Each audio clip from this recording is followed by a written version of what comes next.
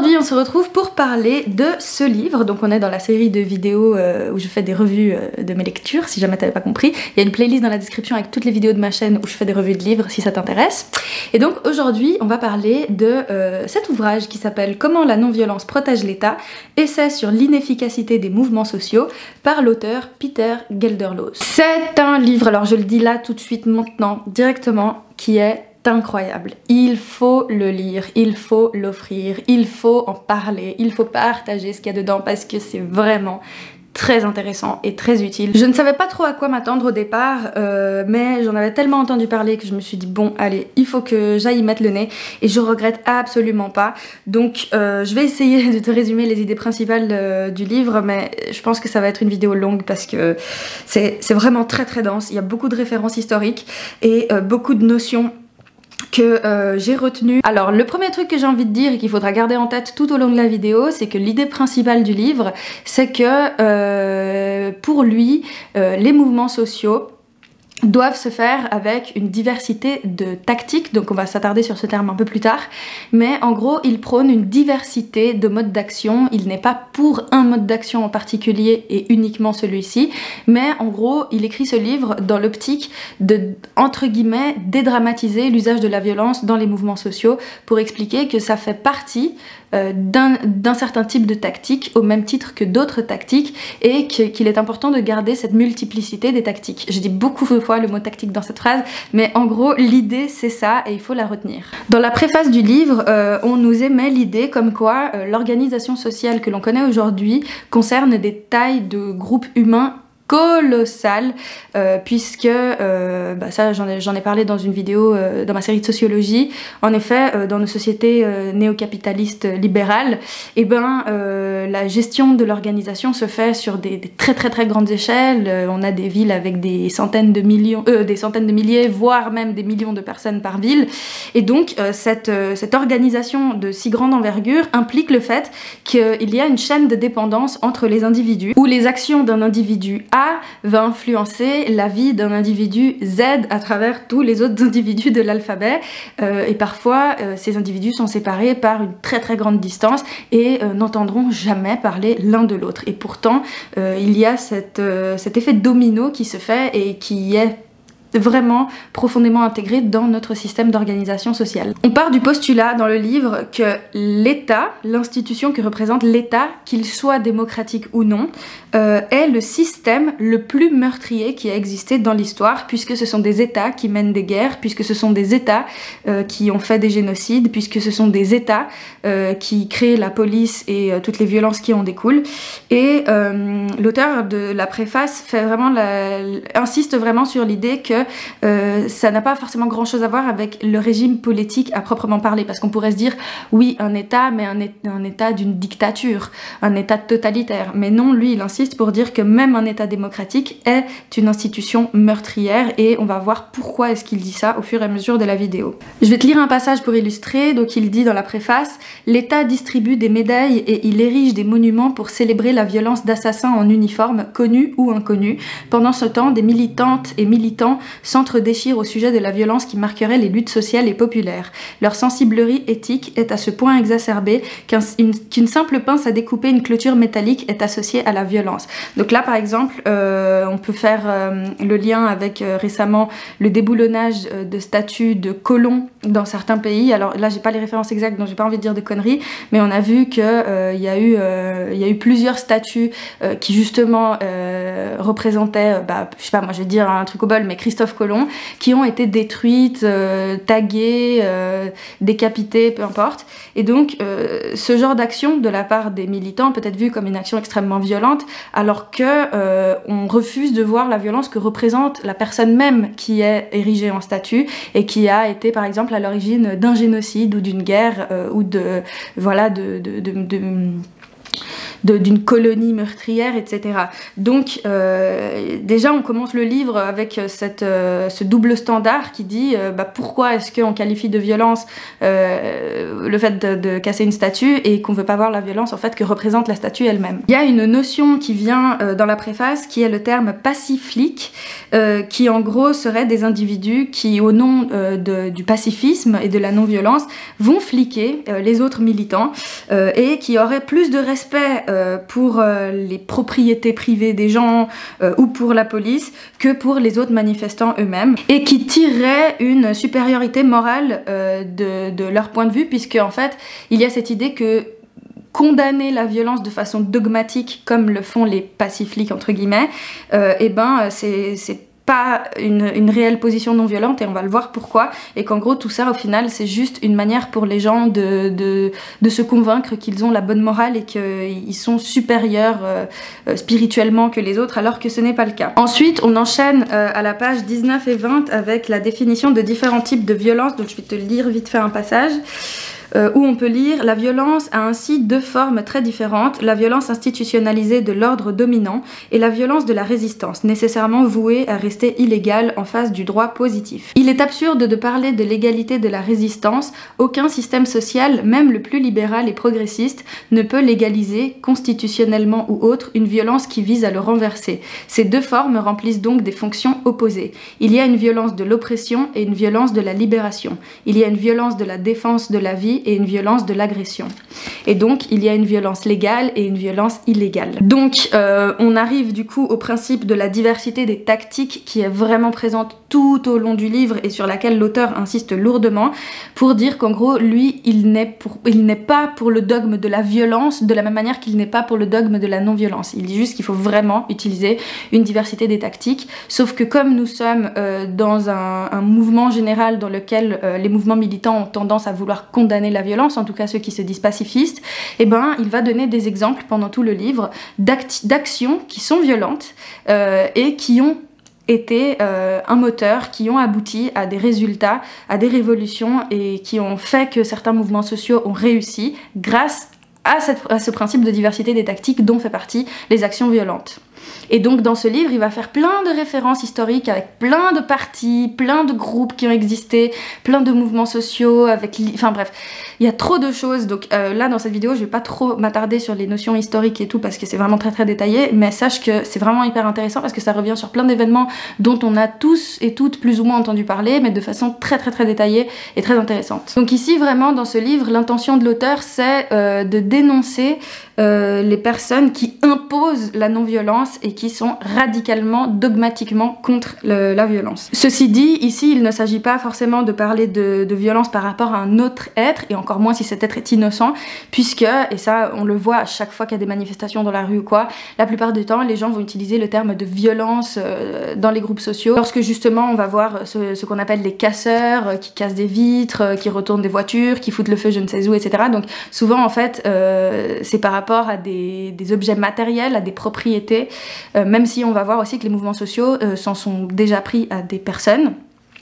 Mais globalement, c'est vrai que la plupart du temps, la critique, elle tourne autour des objets matériels sans prendre en compte la violence qu'il y a derrière, qui, elle, est la violence de l'État envers des personnes. Maintenant, on arrive à l'introduction. Oui, à peine.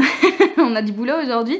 Donc, l'auteur commence par demander, dans l'introduction, pourquoi est-ce que la non-violence serait-elle non négociable? Pourquoi il y aurait justement ce principe absolu, impossible à remettre en question, comme quoi, non, les groupes militants ne doivent jamais utiliser de la violence. Donc déjà, il pose cette question pour dire que c'est complètement absurde de ne pas discuter de la possibilité de faire autrement et de montrer que en fait cette condamnation de la non-violence elle est arbitraire et qu'il faudrait la justifier pour que les gens puissent l'accepter, mais que visiblement beaucoup de gens l'acceptent sans la questionner. Ensuite, toujours dans l'introduction, il explique qu'il y a malheureusement une grande falsification de l'histoire des luttes sociales du passé qui en plus de ça est raciste, et ça on va le voir dans un chapitre détaillé sur pourquoi la non-violence est raciste. raciste, notamment lorsqu'on fait référence à Gandhi, à Nelson Mandela, à Martin Luther King, à Rosa Parks, en voulant les utiliser comme des figures de lutte et de réussite de révolution sociale pacifique, alors que c'est faux.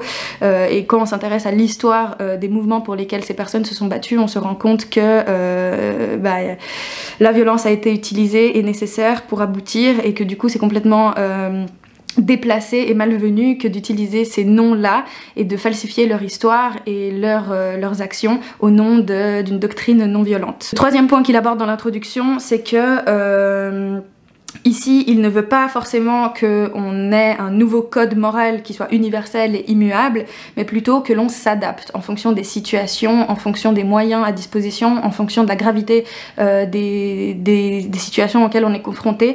Et donc, lui, il n'est pas pour une sorte de protocole qui serait en tout temps à suivre, mais justement, il y a vraiment cette notion d'adaptation et de changement qui est possible tout au long du livre. Et le quatrième point de l'introduction, du coup, c'est un rappel de ce que c'est l'anarchisme, une petite définition de l'anarchisme, donc que je vais te lire, ça va être plus simple.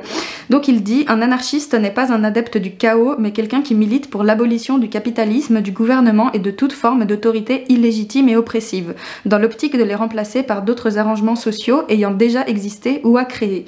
En revanche, je n'utilise pas le mot révolution de manière littérale pour désigner le renversement de dirigeants actuels par un autre groupe de dirigeants, ce qui ferait un oxymore dans l'expression révolution anti-autoritaire, mais simplement pour désigner un soulèvement aux effets transformateurs entendus. Je vais probablement te faire des revues de vidéos sur des livres qui traitent seulement de l'idéologie anarchiste.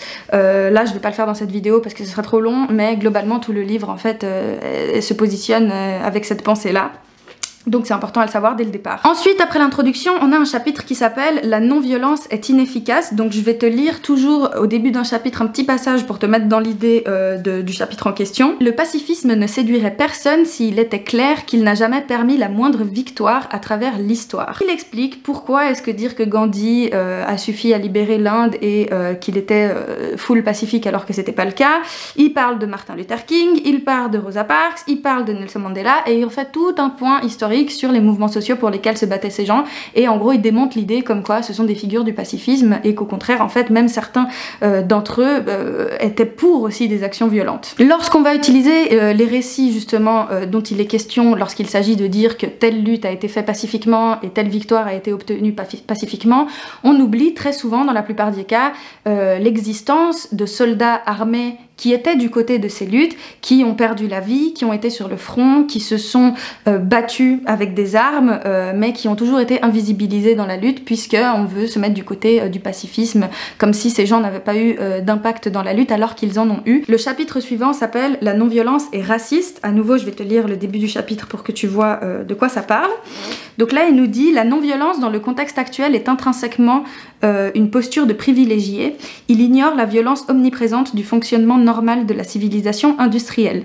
Il ignore le fait que cette violence est inévitable, qu'elle est constitutive de la structure de la hiérarchie sociale actuelle et qu'elle touche avant tout les non-blancs.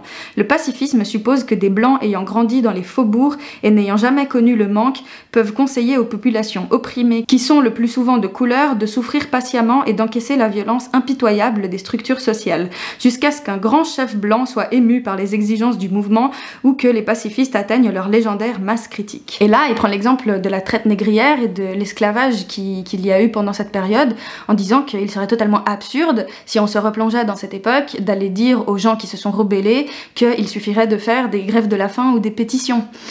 Et on ne trouverait pas ça bizarre de voir des esclaves se rebeller, utiliser la violence, se retourner contre leurs bourreaux, parce qu'on saurait bien que les moyens nécessaires pour s'en sortir ne peuvent pas être pacifiques dans cette situation-là. Le pire, c'est que souvent les pacifliques, pour reprendre le terme du livre, vont avoir tendance à faire un parallèle entre les victimes et les bourreaux, en disant en gros que si les victimes utilisent la violence, on peut les réduire au statut de bourreau, en disant bah voilà, tu fais pas mieux que ton bourreau. Si tu utilises la violence, en gros tu vaux la même chose que lui. Et en gros, selon l'auteur, si les pacifistes sont autant contre la violence, c'est pas parce qu'ils sont sincèrement contre la violence sous toutes ses formes, et on va le voir pourquoi tout à l'heure, mais c'est surtout parce qu'ils auraient peur que le système dans lequel ils sont soit vraiment totalement aboli, et qu'ils savent que si on utilise la violence, il y a des possibilités que ce système tombe. Et comme ils ne le veulent pas, eh ben, ils vont utiliser l'argument de la non-violence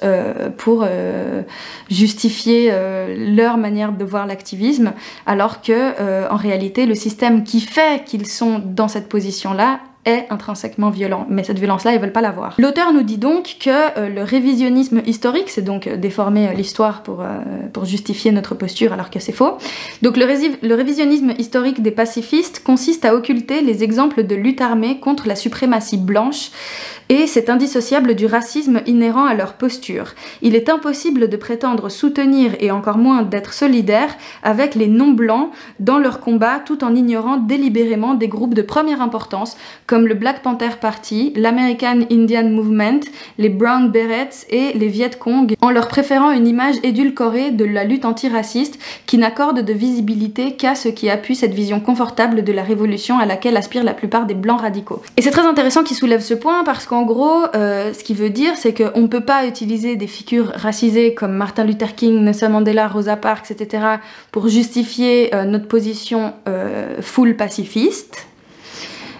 Tout en occultant le fait qu'il y a des groupes de personnes non blanches qui ont été révolutionnaires, armés, qui ont utilisé des tactiques violentes dans les mêmes objectifs que les personnes citées comme étant pacifistes. Et donc c'est une posture profondément raciste parce que non seulement on retransforme l'histoire pour dire que certaines figures étaient pacifistes alors qu'elles ne l'étaient pas, et même alors qu'elles ne le prônaient pas elles-mêmes, mais en plus de ça, on va ignorer volontairement des groupes qui ont eu un énorme impact dans les mêmes luttes. Et donc pourquoi est-ce que les pacifistes auraient peur justement que le système réellement se pète la gueule et donc prône la non-violence comme si c'était la seule solution alors que ça ne l'est pas?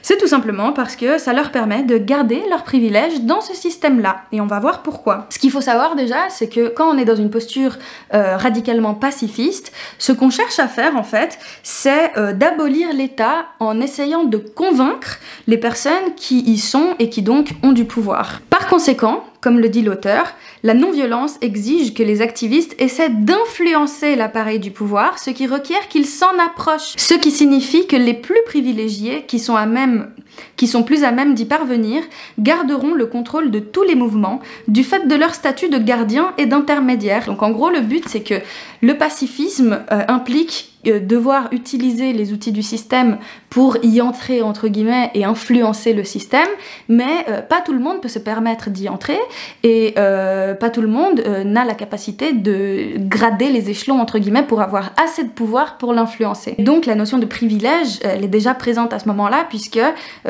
par exemple, je sais pas, pour faire partie d'un certain parti politique, pas tout le monde peut y accéder. Pour avoir un poste dans la justice ou au parlement ou je ne sais quoi, voilà, à nouveau, il y a un certain nombre de privilèges à avoir et y accéder. Donc être pacifiste pour pouvoir intégrer le système de l'État et vouloir l'influencer en essayant de convaincre des gens, ça implique déjà de pouvoir s'en approcher et donc d'avoir des privilèges pour le faire. Et là on en vient à un point très important en ce qui concerne les privilèges des pacifistes radicaux, c'est que l'auteur nous dit que le confort matériel et psychologique des pacifistes est issu, garanti et protégé par un ordre qui lui-même est violent et meurtrier. Si tu bois du café, si tu manges des fruits exotiques, si tu achètes de la fast fashion, si tu conduis dans ta voiture, si tu... Enfin bref, tout ce que tu utilises au quotidien pour ton confort matériel et psychologique est issu d'un système profondément meurtrier et violent. Et donc vouloir se dire radicalement contre la violence et pacifiste tout en profitant de ce système meurtrier, c'est complètement contradictoire. Ça ne veut pas dire qu'il faut que tu arrêtes d'utiliser tes affaires et que tu vives comme un ermite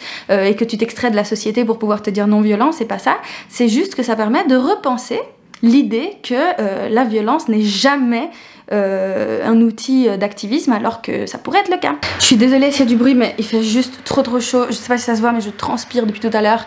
J'ai allumé le ventilo parce que sinon je vais pas continuer. Et un dernier point de ce chapitre que je voulais aborder comme quoi justement la non-violence est raciste, c'est que dans le dogme de la non-violence on part du principe, en tout cas on se base sur l'idée que la violence est toujours un choix, sans prendre en compte le fait que les personnes opprimées subissent de la violence énormément, qu'ils le veuillent ou non. On en vient au chapitre suivant qui s'appelle « La non-violence est étatiste ». À nouveau, je vais te lire au début du chapitre un petit passage et ensuite je vais t'expliquer les différents points que j'ai relevés. Toute lutte contre l'oppression passe par un conflit avec l'État. Les pacifistes font le jeu de l'État en étouffant toute opposition dans l'œuf. L'État, de son côté, décourage la lutte radicale au sein de l'opposition et encourage la passivité. Donc en gros, qu'est-ce qu'il nous dit dans ce chapitre? Tout simplement déjà qu'un gouvernement ne va jamais encourager la violence dans sa population, à moins éventuellement de pouvoir la contenir et la contrôler. Ce qui fait que du coup, à travers cette injonction, l'État élimine le potentiel violent d'un groupe en le mettant hors d'état de nuire dès les premiers instants. Le travail de l'État, la plupart du temps, c'est de pacifier la population et de décourager la population de faire des soulèvements violents à travers l'exercice des autorités. Cependant, si on regarde comment sont assassinés, inculpés, emprisonnés et harcelés les activistes depuis maintenant des années, des décennies si c'est pas plus, eh bien on se rend compte que les personnes à l'origine de ces assassinats sont souvent des personnes qui font partie du gouvernement et du système de l'État, notamment des autorités comme la police. Par exemple, Marielle Franco, qui a été assassinée au Brésil et qui était une activiste noire LGBT, a été assassinée par des membres du gouvernement brésilien. Et si elle a été assassinée, c'est justement parce que elle représentait un danger conséquent pour l'ordre social à ce moment-là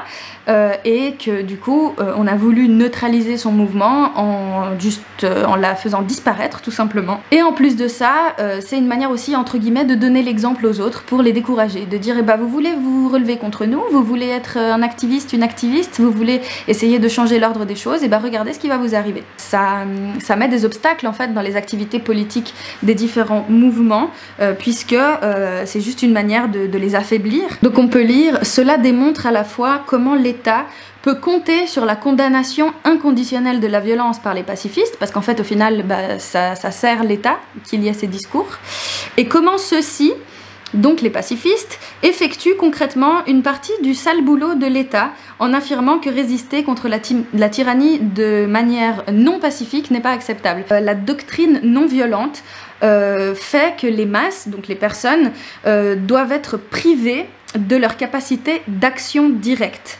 Par exemple, le fait de s'autodéfendre ou d'utiliser la force, parce que sinon, on sombrerait dans le chaos et les oppressions mutuelles, et c'est pourquoi il ne faudrait pas que les masses utilisent la violence. Et c'est comme ça que l'on fait de l'État un synonyme de sécurité et de liberté, grâce au discours dogmatique de la non-violence. Un autre point important qu'il soulève donc dans ce chapitre-là, qui est que la non-violence est étatiste, c'est que les pacifistes tirent leur sécurité au quotidien, donc on revient au confort matériel dont on parlait tout à l'heure, de la violence d'État, de la violence étatique. Il le résume bien avec la phrase suivante.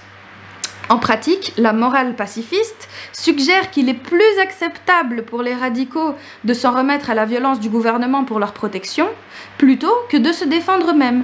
Donc ça veut dire que si c'est pour mon confort, la violence d'État, je ne la remets pas en question. Mais si c'est pour qu'on se défende, là, je n'accepte pas la violence. Et ça, c'est une posture de privilégié. Et en plus de ça, les gouvernements tirent profit des manifestations pacifiques puisque ça leur donne une bonne image. En laissant les gens manifester de façon pacifique, ils montrent au grand jour qu'ils laissent la population se rebeller, qu'ils laissent les gens crier des slogans anticapitalistes, etc. Mais tant que ces manifestations sont pacifiques, au final, elles ne renversent pas le gouvernement. C'est en gros une façon de dire, nous, on est démocratique, regardez, on n'est pas autoritaire, parce qu'on laisse notre population manifester. Sauf que on refuse de voir le fait qu'on laisse notre population manifester dans la mesure où on les contrôle et où on arrive à les temporiser. On enchaîne avec le chapitre suivant qui s'appelle « La non-violence est patriarcale » et je vais à nouveau te relire le début du chapitre pour que tu vois de quoi on parle. Les activités et les caractéristiques qui sont traditionnellement associés au pouvoir ou du moins aux privilèges sont essentiellement réservés aux hommes. Le patriarcat confère exclusivement aux hommes le droit et la faculté de recourir à la violence. Cette idée dogmatique de la non-violence implique que par exemple une femme violentée ne devrait pas répondre avec violence lors d'une agression, voire d'un crime. Il prend l'exemple d'une agression sexuelle en disant qu'en gros, socialement, il est plus acceptable pour la majorité des personnes que lorsqu'une femme va être agressée, voire violée, elle se laisse faire. plutôt que de l'encourager à prendre le stylo qu'il y a dans sa poche et crever les yeux de son agresseur. Sans parler du fait que la notion occidentale de la justice est fondamentalement construite sur des piliers d'idéologie patriarcale. Parce que si on s'attarde justement sur comment a été pensée les autorités, la police, la justice, les tribunaux, les cours d'assises, etc., on voit bien que les racines de ces institutions prennent leur origine dans des époques où le patriarcat était ouvertement explicite, où on le remettait pas en question, où on partait du principe qu'énormément d'idéologies très misogynes soient acceptables dans la population, et c'est comme ça qu'on a construit les notions de la justice d'aujourd'hui. La preuve en est, c'est que par exemple en Suisse, avant que je naisse, on ne reconnaissait pas la notion de viol conjugal par exemple, ou encore il était légalement inscrit dans la Constitution que une femme était la propriété de son mari, ou qu'elle ne pouvait pas voter. Même pire, ça je l'ai vu en cours, j'étais hallucinée, qu'un adulte qui prend en flagrant délit d'adultère sa femme a le droit de la tuer.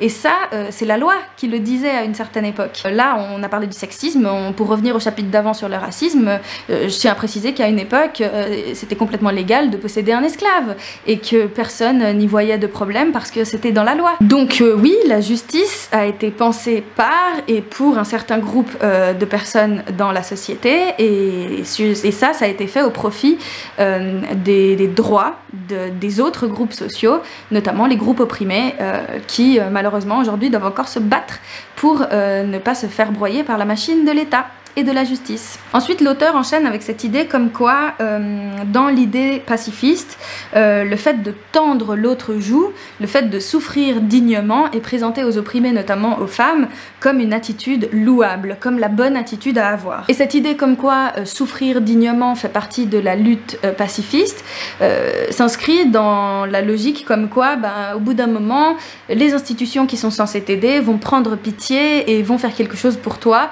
et plus tu vas te montrer digne dans ta souffrance, plus tu as de mérite à être sauvé et à être aidé. Sauf qu'on ne devrait pas accepter de se faire agresser, tuer, violer, mutiler dignement pour recevoir l'aide dont on a besoin. Il explique que les femmes qui se réapproprient la violence, c'est une condition sine qua non à leur libération, plus une forme d'autonomisation et de protection à court terme, même si le centre de l'abolition du patriarcat, selon lui, se base sur la création d'alternatives et sur la guérison de notre passé. Je vais citer une phrase du livre qui dit « En plus de protéger le patriarcat de toute opposition radicale, la non-violence permet aussi à des dynamiques patriarcales de se maintenir au sein même de l'opposition. » Qu'est-ce que ça veut dire? Que même dans les groupes militants, même dans les groupes rebelles, il y a des hommes pacifistes, soi-disant, qui vont se montrer, dans le plus grand des calmes, extrêmement racistes, extrêmement misogynes, extrêmement homophobes,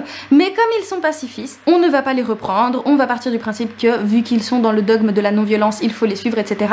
Alors que, dans leur conditionnement, ils transmettent des idées violentes envers des personnes sur lesquelles ils ont un ascendant social. Et en plus de ça, le dogme de la non-violence invisibilise totalement et occulte l'existence des groupes féministes radicaux qui se sont montrés violents par le passé et qui ont abouti à des résultats qui malheureusement ne sont pas vraiment relayés et qui ne sont pas mis en avant et qui pourtant ont bel et bien existé. Pire encore, il y a carrément des mouvements entiers qui se veulent féministes qui ont essentialisé la passivité en faisant de la passivité une qualité naturellement féminine, et donc qui ont encore plus accentué cette dévalorisation et cette soumission des femmes face aux hommes. Alors je me suis déplacée parce qu'il commence à faire nuit et qu'on voyait plus rien, bref, de toute façon on s'en fout, c'est ce que je raconte qui est le plus important. On passe au chapitre suivant qui s'appelle « La non-violence est tactiquement et stratégiquement inférieure » et donc je vais te lire un petit passage. L'auteur nous dit: pour les anarchistes qui désirent un monde enfin libéré des autorités illégitimes, l'objectif final semble être l'abolition d'un ensemble de systèmes entremêlés incluant l'État, le capitalisme, le patriarcat, la suprématie blanche et les formes de civilisation écocidaire. Cet objectif final est très lointain, si lointain que beaucoup d'entre nous évitent d'y penser de peur de le croire impossible. Se concentrer sur les réalités immédiates est vital, mais ignorer la destination nous assure de ne jamais y parvenir. Donc dans ce chapitre, l'auteur va faire la différence entre la notion de stratégie et de tactique. Il explique que la stratégie constitue la voie à suivre, un peu comme les règles d'un jeu, pour atteindre un certain objectif. Les tactiques, elles, sont les actions qui vont permettre d'arriver au résultat qui, cumulés, donc ces tactiques cumulées, permettent d'avancer sur les lignes tracées par la stratégie. Il continue en disant que les clashs que l'on peut voir dans les groupes militants à propos de l'usage de la violence ou la non-violence sont des chamailleries qui concernent les tactiques sans questionner si nos objectifs sont compatibles ou non. Donc en fait, ce qui veut dire, c'est que les gens perdent un temps et une énergie monstrueuse à débattre pour savoir si telle tactique ou telle autre devrait être utilisée sous prétexte qu'elle est violente ou non, sans savoir si le résultat final et l'objectif est compatible. Alors que si ça se trouve, les objectifs sont compatibles, juste les tactiques sont différentes, mais on préfère tergiverser sur est-ce que la tactique est violente ou non violente et est-ce que c'est moralement bien ou mal, à la place de savoir est-ce que le résultat va être obtenu. Il continue en disant que l'éventail des tactiques non violentes à disposition est plus restreint que celui des tactiques révolutionnaires violentes. Ensuite, il va énumérer les 4 principales stratégies pacifistes. La première stratégie, c'est l'appel à la morale. La deuxième, c'est la démarche lobbyiste. La troisième, c'est la création d'alternatives. Et la quatrième, c'est la déobéissance généralisée. Donc il part du principe que ce sont de bonnes stratégies, mais qu'elles sont défectueuses et qu'elles manquent de vision à long terme. Et après, il s'attarde pendant tout ce chapitre, une par une, à expliquer pourquoi cette stratégie, elle a des points positifs, mais qu'elle n'est pas suffisante, ou qu'elle ne fonctionne pas, ou qu'elle est défectueuse. Alors là, je vais pas m'attarder dessus, j'ai noté, hein. J'ai détaillé les choses, mais ça va être trop long. Là, je t'invite à lire le livre pour essayer d'approfondir pourquoi est-ce qu'il dit que ces tactiques-là ne vont pas marcher sur le long terme. Et on va passer au dernier chapitre qui dit « La non-violence est un leurre ». Il nous explique que les pacifistes s'auto-qualifient comme vertueux, en disant que la violence serait la voie de la facilité et que nous, on choisit pas la facilité parce que c'est plus dur et donc c'est plus vertueux. La réalité, pour l'auteur, c'est que la vraie facilité, c'est la non-violence. En effet, il est beaucoup plus facile de mener une manifestation pacifique avec des pancartes, des mégaphones et une marche d'un point A à un point B dans une ville, ce qui est très bien, moi je participe très souvent à ce genre de manifestation, mais ça reste plus facile que de mener une action dans laquelle on risque d'être emprisonné, dans laquelle on risque d'être tabassé, dans laquelle on risque même de perdre notre vie, mais qui serait beaucoup plus efficace d'un point de vue de l'action et même d'un point de vue symbolique et médiatique, puisque les médias vont bien sûr évidemment beaucoup plus parler d'une action inédite et impliquant de la violence et une certaine forme de risque qu'une énième marche pacifique qui a lieu pendant chaque 2 semaines. Il dit que le fait de présenter le pacifisme comme une forme de combat, c'est une illusion, voire même une forme de capitulation. Et je vais te lire un passage du livre pour illustrer cette idée. La maigre résistance de la non-violence ne sert qu'à faciliter les assauts ultérieurs. Par exemple, lors de la prochaine manifestation, observez à quel point la police est réticente à encercler les groupes radicaux comme les Black Blocs et à les soumettre à des arrestations massives. Les policiers savent qu'il devrait être au moins 2 pour chaque manifestant et qu'ils courent le risque d'être blessés. Les pacifistes, de leur côté, peuvent être contenus par un nombre relativement bas de policiers qui peuvent alors pénétrer dans la foule à leur guise et emporter les manifestants un par un. Ce qu'il veut dire, c'est que tout simplement, pour les autorités, gérer une masse passive, c'est beaucoup plus simple et ça demande beaucoup moins de moyens que de gérer un groupe de personnes bien vénères et bien violentes. Ce qui les découragerait et qui, de ce fait, permettrait à ce groupe-là d'aller encore plus loin dans son activisme. Mais on préfère la tactique pacifiste parce que c'est plus facile. Il y a une phrase pour moi qui résume à peu près tout ce qu'on a dit et qui est très important, c'est que prétendre que toutes les violences se valent, c'est assez commode pour les privilégiés qui se disent anti-violence mais qui bénéficient de la violence d'État.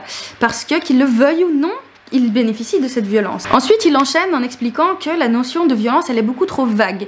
Quand on dit qu'on est non violent, ça veut pas dire grand chose au final. Et je vais illustrer cette idée avec une toute petite phrase du livre, mais moi qui m'a marqué et qui je trouve est un exemple, mais incroyable pour justement dire comme quoi la non-violence en fait au final ça veut rien dire, c'est super abstrait comme notion et puis si on prend le terme au pied de la lettre on se rend compte que c'est beaucoup plus compliqué que ça, en disant un missile hors service est beaucoup moins menaçant qu'un missile en état de marche. Cependant, c'est le fait d'aller saboter un missile qui va être perçu par la population comme un acte violent et non pas l'existence même d'un missile en marche. Il continue en expliquant que la pratique de la non-violence est inefficace et qu'elle ne sert qu'elle-même. Et la seule raison pour laquelle on pourrait utiliser des tactiques non violentes, ce serait en accumulation, en association avec d'autres tactiques qui, elles, ne sont pas pacifistes. Et on finira cette vidéo avec une dernière citation pour conclure, c'est qu'il dit que nous sommes pris dans une guerre où la neutralité est impossible, rien dans cette civilisation mondialisée ne peut être qualifié de pacifiste. L'important c'est de savoir quelle violence nous effraie le plus et d'assumer son camp. Si mon travail te plaît et que tu veux me soutenir financièrement, n'hésite pas à faire un tour sur mon profil Utip, ça me ferait super plaisir et merci beaucoup aux personnes qui le font déjà, ça change vraiment mon quotidien et je vous en suis très reconnaissante. On se retrouve dans une prochaine vidéo, d'ici là prends grand soin de toi et n'oublie jamais que je t'aime très très fort.